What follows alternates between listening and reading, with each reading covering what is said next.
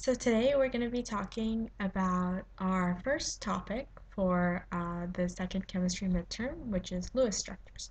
So what are Lewis structures? Lewis structures are basically representations of molecules, and they show covalent bonding. Now there's two types of bonding, ionic bonding and covalent bonding. Ionic bonding is when a molecule will donate an electron, and covalent bonding is the sharing of electrons, and it can be unequal. In ionic bonding, it tends to form a crystal lattice, and it's very organized, and the charges line up in this nice crystal structure. But covalent bonding is different. You're sharing the electrons, the molecules are sharing the electrons, and sometimes it's unequal. So basically, um, co- a simple Lewis structure for one given molecule, like let's say fluorine, would have 7 dots. Now, what are these dots? These dots are electrons. And how do we know fluorine has 7 dots or 7 electrons? You can do this by simply looking at the periodic table.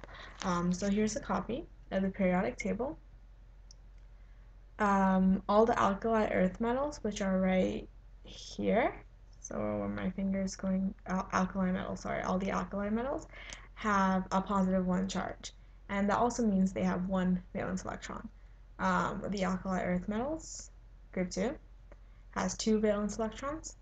You skip the transition metals and jump right to boron, and that's 3 valence electrons, and so forth. It keeps going, and fluorine has a total of 7 valence electrons, which is why it has 7 dots around it.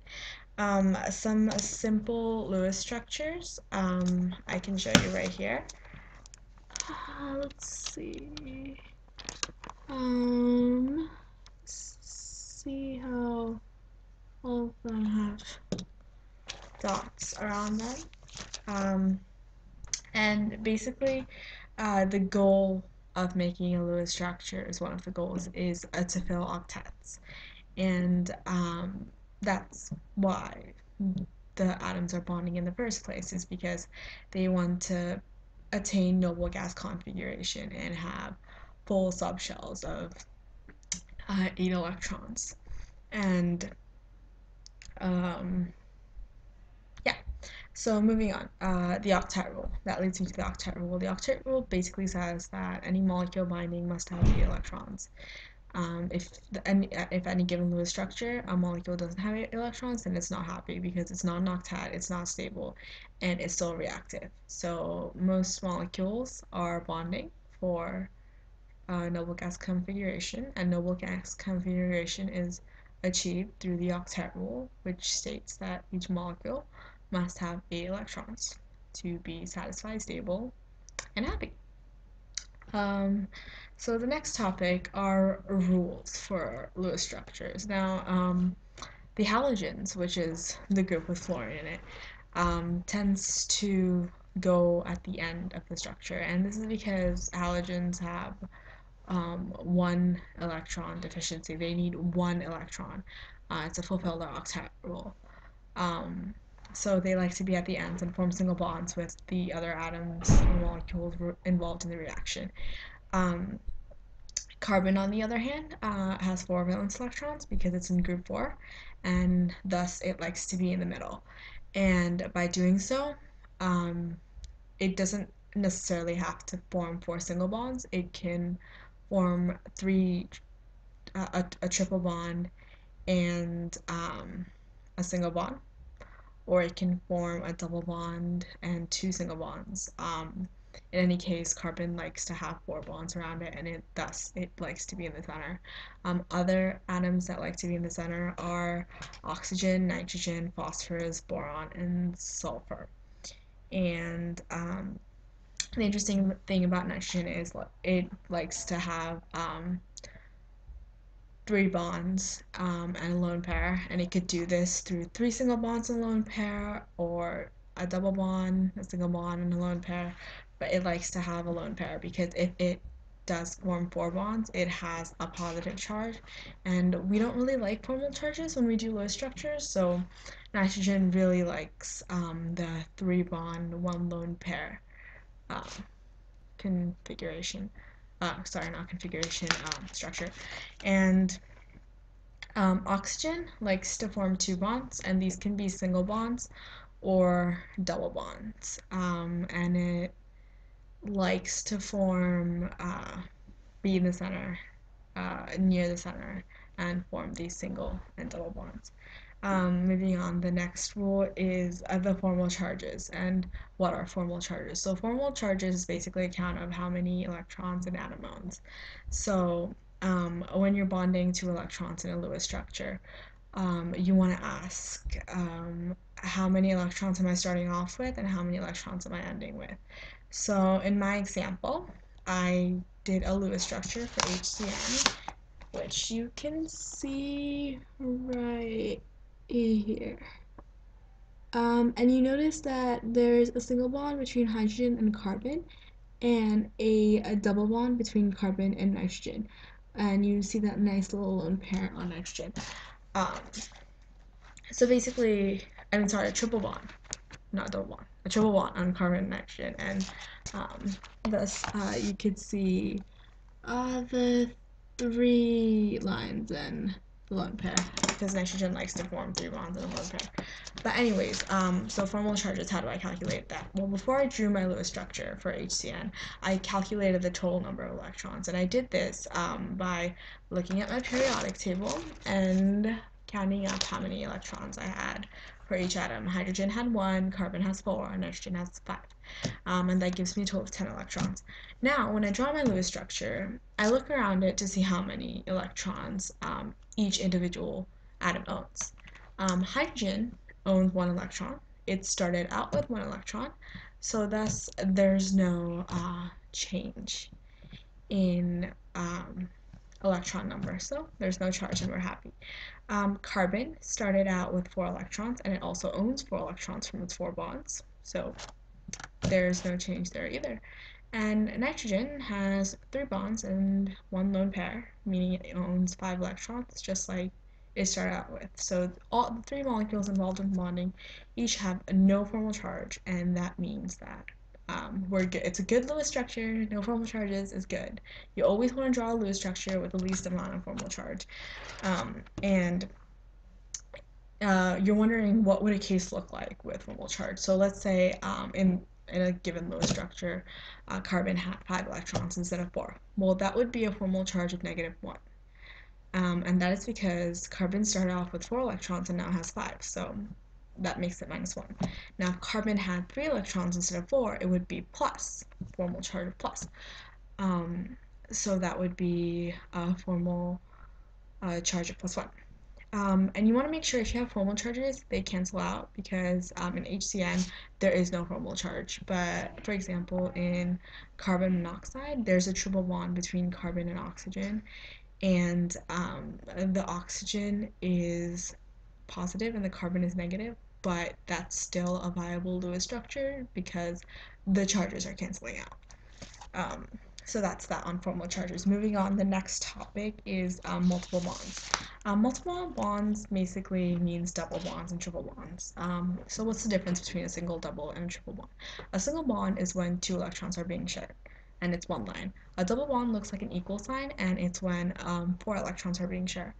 And a triple bond looks like an equal sign with a bar on top, and it's when 6 electrons are being shared.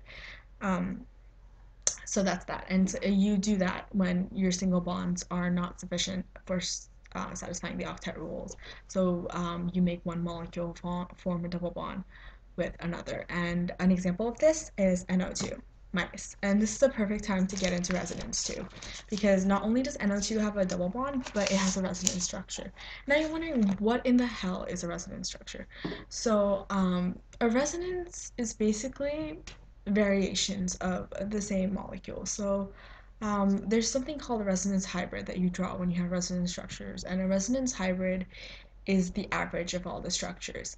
And a resonance structure is basically variations of the structure. Now, don't change the atoms around, because then that becomes an isomer, but you change the locations, basically. I will explain.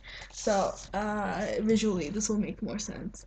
So here's my nice example for NO2 minus, and you can see that I have two brackets with an arrow in the middle. Now the arrow is represents um, that these two structures are equally viable.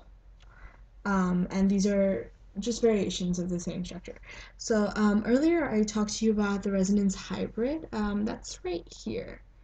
But I will get into that later. So when you do out the math, NO2 minus has 18 electrons. Um, and so it makes a double bond with an oxygen and a single bond with the other oxygen.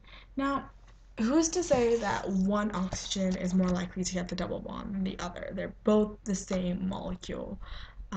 They have the equal chance of forming a double bond. So that's why you would first draw a structure with nitrogen in the middle, a lone pair, two bonds on a double bond on oxygen on your right, and a single bond on oxygen on your left. And then you would alternate that. So the double bond would now be on your left, and the single bond would now be on your right. But the nitrogen still stays in the same position. What changes is the location of the double bond. And this is indicated by the resonance structure.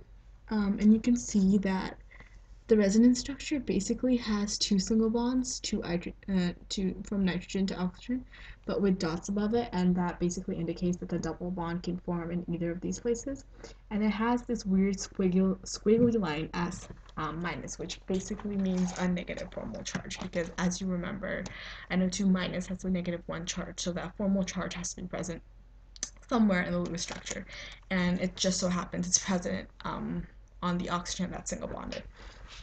And the reason we put a partial negative charge on both sides because we don't know which one is um, the negatively the single bonded and which one is the uh, double bonded. So we don't know where the negative charge is going to fall because we don't know where the double bond is going to exactly be, because it can be either of the two places.